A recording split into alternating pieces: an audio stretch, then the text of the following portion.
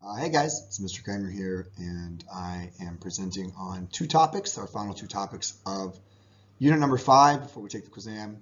We're going to finish up DNA mutations, and then I'll talk a little bit about gene editing, and I'll make a separate video for that because that is only for honor students. So let's get into the part for everybody, and that's finishing mutations. Here are our I-CAN statements for this topic. You can see we have only I-CAN statements 7 and 8 remaining.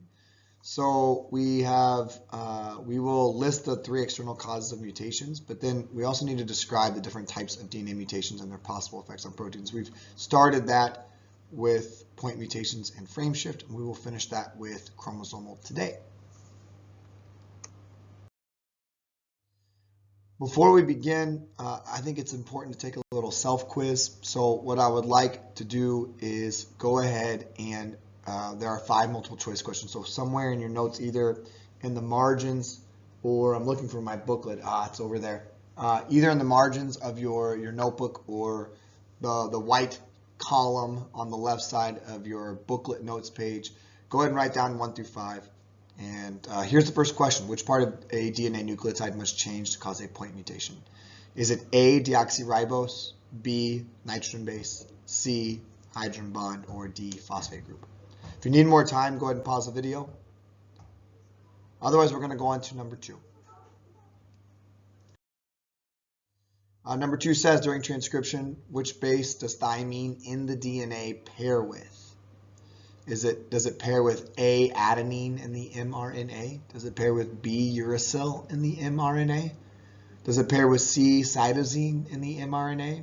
Or D, thymine is not in mRNA and does not pair. Again, if you need more time, go ahead and pause. Otherwise, we're going to move on to number 3. Number 3 says, which statement is true of tRNA? And all of these statements are true of something, but only one is true of tRNA. Is it A, 3 of the bases make a codon? Is it B, without it, transcription would not occur? Is it C, it does not contain uracil and has the base thymine in its place? Or is it D, it transfers the amino acids to the ribosome to be added to the protein? If you need more time, go ahead and pause. Otherwise, we'll move on to number 4. For number 4, I've turned off the camera, and that's so that the camera image doesn't cover up the diagram, which is needed for this question. The question says, which of the mutation types is seen in the image below? So you can see that lysine at the bottom of the diagram has been changed. That's why it's red. You can kind of follow the diagram up to see how it's changed. Is that A, a point substitution mutation? Is it B, a frame shift caused from a deletion?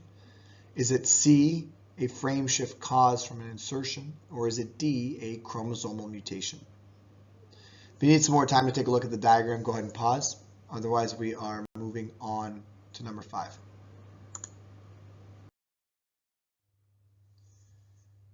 For number 5, I'm going to go ahead and leave the camera off because once again, the camera image would cover up a good chunk of this answer. Which of the following can occur from a frame shift mutation? A, nothing, same amino acid will be put in place. B, a small mutation, possibly 1 amino acid change, but the protein will still function normally. C, a small mutation, possibly 1 amino acid change, but the protein cannot function. Or D, really bad stuff. The entire protein is wrong after the mutation. That's our last question, but if you need more time to answer this one, please pause.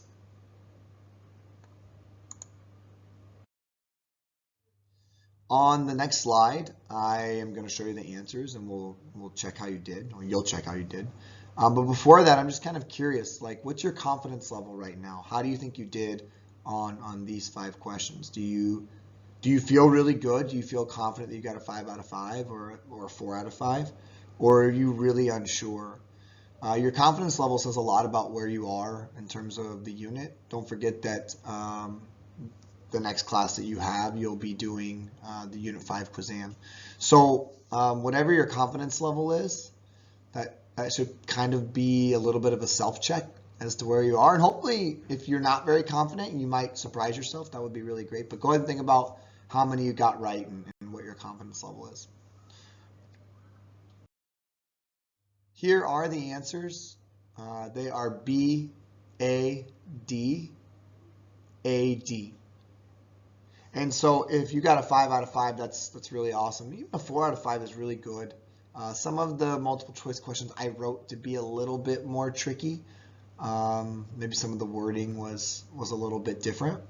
If you got a 3, you know, hey, it's not the worst thing. You probably just need to study a little bit. Hopefully this self-quiz helps you figure out which areas of transcription, translation, and mutations you need to study. If you got a 2, like really probably study. If you got a 1, I'm worried. If you got a 0, I'm really worried. So hopefully that wasn't the case. Let's go ahead and get back into our types of mutations. So we know that we have 3 types of mutations, and we've covered the first 2. Point mutations can happen from a substitution. That's a mutation that affects only one nucleotide. We know that frame shift mutations are those mutations where the protein's really good up to the point of the mutation, and then everything after that mutation gets messed up because the frame of the codon that's supposed to be read gets messed up. We know those can occur from both insertions and deletions, and then the bases after the insertion or deletion will either move down one way or another because of the insertion or deletion. Our third type of mutation are chromosomal mutations. So we're going to learn about this in a lot more detail in Unit 6. But before a cell divides, it will actually, the DNA of the cell will actually condense even more than its chromatin form into these more rigid structures called chromosomes. And they look like this. They're just made of DNA. Let me turn on my laser pointer. They're just made of DNA. You can see the DNA here. It's going to get coiled around these special histone proteins.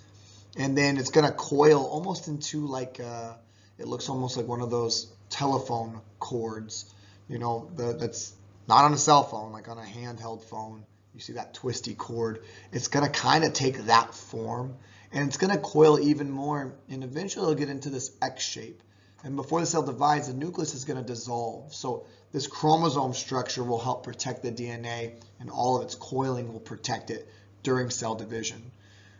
Fortunately, during cell division, sometimes the chromosomes don't divide correctly, or sometimes extra chromosomes get replicated. Sometimes an entire piece of a chromosome will be missing. Sometimes one of these arms, like this arm right here of a chromosome, might be missing. We'll learn more about why that happens in Unit 6 because it does have to do with cell division. But this type of mutation obviously adds a ton of bases or it deletes a ton of bases. And when you have an entire piece of a chromosome or an entire chromosome involved, it's called a chromosomal mutation.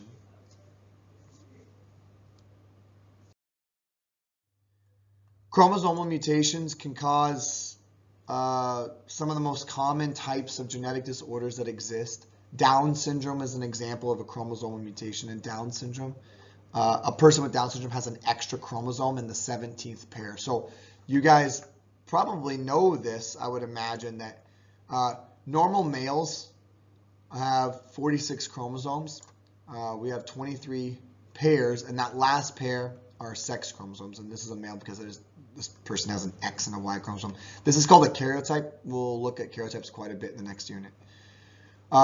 If somebody has an extra chromosome in the 17th pair, they have Down syndrome. But there are other types of syndromes caused by additional chromosomes in other pairs.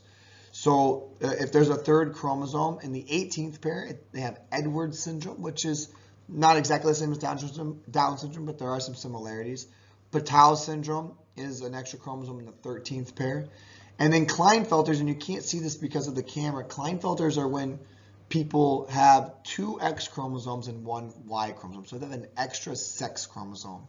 And people with Klinefelters, it can be very, very serious. And it can also be not so serious. Some people with Klinefelters maybe not maybe will not even be diagnosed until they're into their like late teens, early adulthood. There could be some intellectual development issues with people with Klinefelters. There could be some small, but also some major physical deformalities from Klinefelters. One of the ways you can tell somebody has Klinefelters is by the shape of their pinkies. Oftentimes their pinkies are curved outward. Typically people with Klinefelters have really flat feet. But the big issue with Klinefelters is that people that have it are infertile. They can't have children.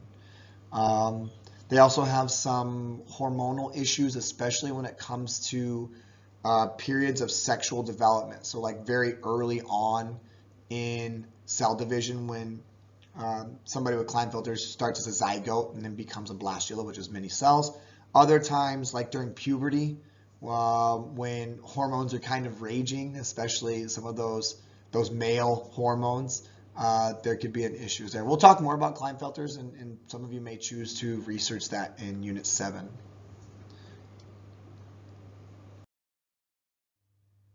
Now we're going to transition from talking about types of DNA mutations to things that can cause DNA mutations for people who have no genetic disorder. So those types of mutations, those are usually mutations that have happened in generations past that have been passed on. But there are cases where people who have I don't want to say normal, but they have a set of genes that does not cause a genetic disorder, their DNA can still be mutated. And there are some different ways that can happen. We're going to focus on 3 ways. So the first thing is that a mutagen is just anything that can cause a genetic mutation. It could be radiation, chemical substance. We talked about X-ray radiation, how that caused genetic mutations for Rosalind Franklin. She was exposed to X-rays for hundreds of hours without any kind of protection. That's probably what led to her ovarian cancer and was the reason that she passed away at such a young age. Some other types of radiation, though, that can damage DNA are like UV radiation. That's why it's important to wear sunblock. UV radiation, especially UVA, which is the type of radiation that can actually penetrate the ozone layer and get all the way down to the surface the most easily. UVA radiation can actually put little kinks or break apart one strand of the DNA. And there are enzymes that can go in and cut out those kinks and fix them. But if you expose yourself to a lot of UV radiation, then more of those kinks are going to accumulate, and the less likely they're all going to get fixed. Another mutagen are chemicals. And the best example that I could think of that a lot of people do that's very common are all of the chemicals that are in cigarettes. In fact, there are 70 known carcinogens in cigarettes. Those are chemicals that cause cancer. If it's a carcinogen, chances are that it's also a mutagen. Everything from carbon monoxide and cadmium and acetone and ammonia, all these things that are in other products that you would never put into your body. You would never drink nail polish remover. You would never, hopefully, never purposely breathe in carbon monoxide. All of these things are in cigarettes, which makes me wonder why people smoke. I understand maybe why they smoke after they've started. I don't know why people ever start smoking. I suppose the perception. But there's science behind reasons not to smoke. It's not like it's mysterious anymore. There's a gene. It's called the TP53 gene. It's in every single cell. It's about 20,000 base pairs. Before the cell divides, that gene happens to be on chromosome 17. The gene's job is to control cell division, to make sure that cell division is happening regularly. And people who have lung cancer, this gene is mutated over 70% of the time. The other thing that all those people have in common is that they are long-term smokers.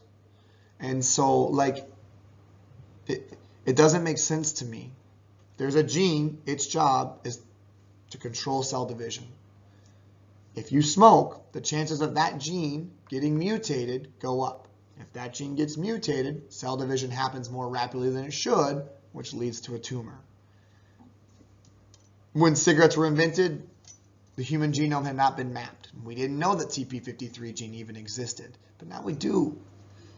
So it doesn't make sense that anybody would smoke to me. That leads us to our three external causes of mutations. The first one being radiation, as we talked about a couple slides ago. X-rays in the case of Rosalind Franklin, UV, gamma rays, other radioactive energy could also cause mutations as well. There's been a lot of studies as to the effects of radioactive decay from places like Chernobyl and other nuclear reactors. Exposure to certain mutagenic chemicals, we talked about smoking, that's just one example. There are some other mutagenic chemicals. Alcohol has been known to cause liver cancer, for instance. Pretty much any chemical that would lead to a mutation would fall into this category. So smoking is the most common one, and it's the one that I think everybody has the most exposure to.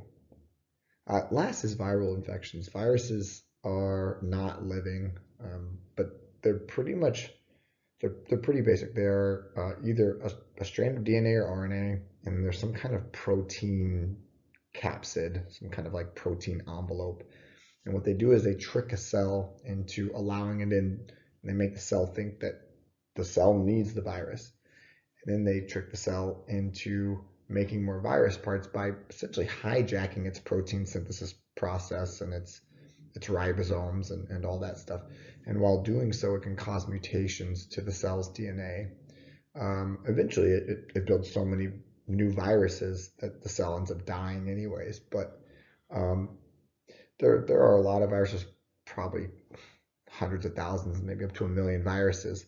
Not all of them are going to cause mutations. Not all of them are even super harmful, but some are. There's still research being done on the coronavirus and its long-term effects, but one virus that is pretty well known is HPV, the human papillomavirus. It's the most common sexually transmitted disease in the United States. That's where the statistics I got, 43 million people had confirmed cases of HPV in 2018. I found that from the CDC. It's probably one of the most common sexually transmitted diseases in all of the world. Very common amongst sexually active people, especially late teens, early 20s, mid 20s, and it can cause some issues. It might be harmless. After a few years, the immune system can kind of eradicate the virus and it's taken care of, but it can also interact with the cells of the cervix and cause cervical cancer in women. So it's especially dangerous to women. It can cause some other types of cancer, but cervical cancer has the highest rates connected to HPV.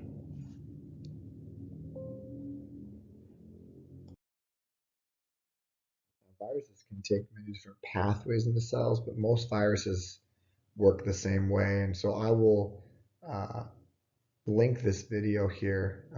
I'll add it to the notes so you can watch this video. It's a short, like 2-minute video from the University of Duke talking about how viruses work exactly.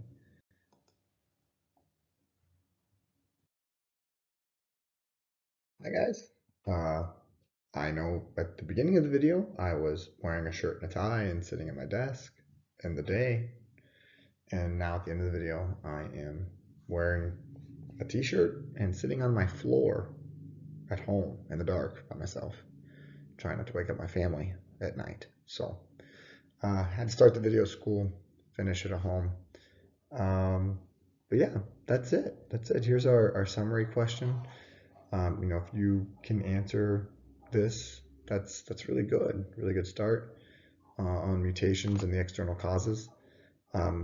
If you have any questions on external causes, you can come see me at lunch before you take your exam. And yeah, that's it, guys. Take care, and I will see you next time.